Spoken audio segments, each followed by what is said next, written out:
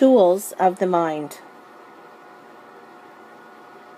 Whenever there is imaginary situation in play, there are rules. Lev Vygotsky. Self-regulation, the focus of the Tools program. Old-fashioned play is a rarity in the age of video games and smartphones. Too often, children are clueless of how to occupy their time when the electricity goes out. In a study conducted by Gudeva, only 10% of 6-year-olds know how to play creatively with imagination and role-playing. Unfortunately, these are needed skills that prepare children for a lifetime of learning. Success in school is more closely correlated with self-regulation than with a student's IQ or even math and reading abilities. Self-regulation includes staying on task, ignoring distractions, holding thoughts in the mind, self-discipline, cooperating and getting along with others, learning independently, and having the motivation to succeed. The lack of self-regulation often leads to discipline problems and poor social skills. Tools of the Mind, also known as Tools, is a research-based early childhood program based on neuropsychological research that builds a foundation for school success by promoting self-regulated learning and executive functioning skills. Rather than simply transmitting facts, Tools classrooms teach children how to learn. Vygotsky is a Russian psychologist and educator who was born in 1896. Although he had many theories, over 100 books and articles, his theories were not prominent until the 1960s when they were translated into English. The Tools program promotes social, cognitive, and emotional development, which is based on the principles of Vygotsky. In the 1930s, Vygotsky stressed that learning and experience are interconnected.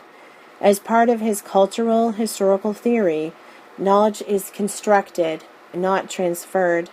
Learning takes place in relationships. Language is an essential part of learning, and the more you learn, the easier it gets to learn. Vygotsky promoted the use of cooperative and imaginary play as the finest of learning tools for children. To Vygotsky, not all play is equally beneficial, however. Immature play is inferior because it requires realistic props, stereotypical and primitive play scenarios, and a limited range of themes and roles. Ideally, all children develop higher-level playing skills called mature play, in which children create an imaginary situation, take on and act out roles, and follow a set of rules determined by the specific role. Without the necessary tools of the mind, children merely attend to the brightest, loudest, and most exciting. They remember only after many repetitions and are slaves to the environment, as Vygotsky would say, and lower mental functions. When children attain to higher mental functions through the use of cognitive tools, however, they become masters of their own behavior and in charge of their learning. Why is self-regulation important? Learning requires students to control their attention by blocking out distractions, working with other children, and learning independently without a teacher's support. Self-regulation has two sides: the ability to control one's impulses and stop doing something, as well as having the capacity to do something even when one doesn't want to do it. Thandi, where's your homework? I didn't do it. But don't worry, I'll give myself detention later when I get home. Obviously, some people have no faith in self-regulation. The Tools program. Vygotskian principles are central to the Tools program, which was established by Dr. Elena Pedrova and Dr. Deborah Leone in 1993 at the Metropolitan State College of Denver. In 1996, Drs. Pedrova and Leone wrote a book Tools of the Mind, the Vygotskian approach to early childhood education. Capable of meeting the needs of children from 2.5 to 5 years old, the curriculum uses mature, intentional make-believe play to develop regulation in children. First, regulation by others, then regulation of others, and finally self-regulation.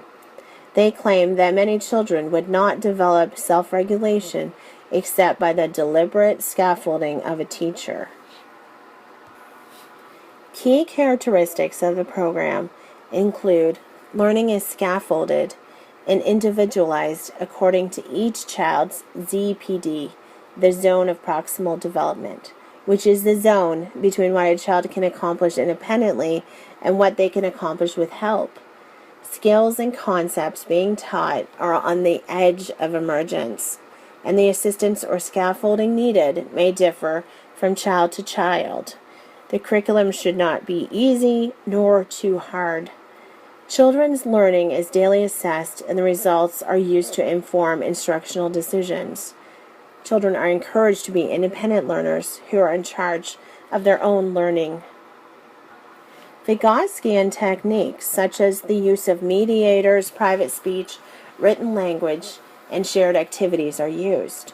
Private speech, for example, improves problem solving, concentration, effort, and self-regulation.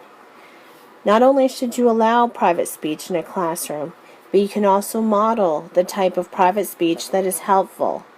This is called a think aloud, where a teacher demonstrates not only how to do something, but the things you say to yourself as you do it. Activities are sometimes child-initiated, sometimes scaffolded by the teacher, and sometimes explicitly taught. Examples of scaffolds include modeling, think-alouds, adapting, instructional materials such as manipulatives, and prompts and cues. The cognitive skills targeted by the Tools program include problem solving, working memory, attention, cognitive flexibility, behavioral inhibition, verbal reasoning, and planning and organization. Tools has both a preschool and a kindergarten curriculum. Some sample preschool Tools activities include buddy reading, where a reader is partnered with a listener. Visual reminders such as holding an ear are designed to foster self-regulation skills such as waiting for a turn, positive child-to-child interaction, and listening attentively. Then the roles are alternated. Play planning turns playtime into a time to develop literacy, self-regulation, and organizational skills. Children describe what they are going to do when they play, using words and pictures. Recess time can also be an extended time of learning. In making collections, partners work on a mathematical activity where they take turns counting and checking using one-to-one correspondence. Make-believe or imaginative play. Preschool learning centers around play, and students are given permission to choose where they wish to go. In fantasy play, children learn they can't act any way they please, but they must conform to the role they've been given. Some possible play themes include a restaurant, pets and vets, a flower shop, and a grocery store that can include a produce aisle, deli, bakery, and a checkout. Some sample kindergarten tools include graphics practice, which consists of practicing letter formation, penmanship, and self-regulation skills needed for writing. Self-talk or private speech helps children remember how to form letters. For instance, down, up, and around can describe how to form the letter B. Students can print on whiteboards in response to musical cues, which assist them in their printing and their executive functioning skills, such as watching and listening carefully and following the leader. A teacher recently wrote, My kids love graphics practice. It is one of the silliest 15 minutes we have during the day where they are given a pre-writing activity to teach letter formation. I throw on some hip-hop music and then try to trick them by stopping the music, to which they must freeze. It's a great tactic in teaching self-regulation and part of the reason our students are excelling in writing. Elkonin boxes is another helpful kindergarten activity that builds literacy skills. Specific phonemes of a word are separated into boxes, and the child must identify the specific sounds that make up the word using tokens or even letters. In Wenger drawing, before starting the activity, children verbalize a plan for their drawing that incorporates geometric shapes. Children have an opportunity to develop executive functioning skills as well as positional vocabulary and geometric knowledge. A student and his or her teacher meet to discuss goals, work habits, and difficulties during learning conferences. Every week, the teacher uses this one-on-one time to encourage and direct the student's learning. Wenger math word problems develop logical thinking. Students are encouraged to use manipulatives such as the number line or counters. Acting games help kindergartners act out the stories they read in class. They play specific characters and remember the storyline. The effectiveness of the program. NEAR, the Early Education Research, and the University of British Columbia Medical School found that classrooms that use the tools program have higher literacy and math scores, as well as higher rates of self-regulation, more teacher-student interactions, better classroom management, higher scores measuring executive functioning skills, and fewer discipline problems, ADHD diagnoses, and special education referrals.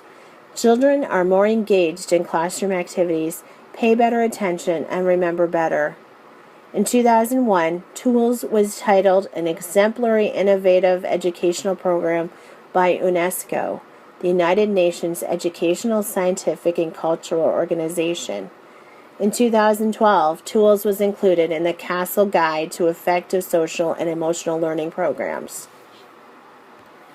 Teacher training. TOOLS training is a 2-year process through the organization. In year 1, classroom management, self-regulation development, and literacy, math, and science content areas are the focus. In year 2, individualization, assessment, and special needs accommodations are emphasized. The program also has a new app called iScaffold, which assists a teacher in the implementation of the TOOLS program.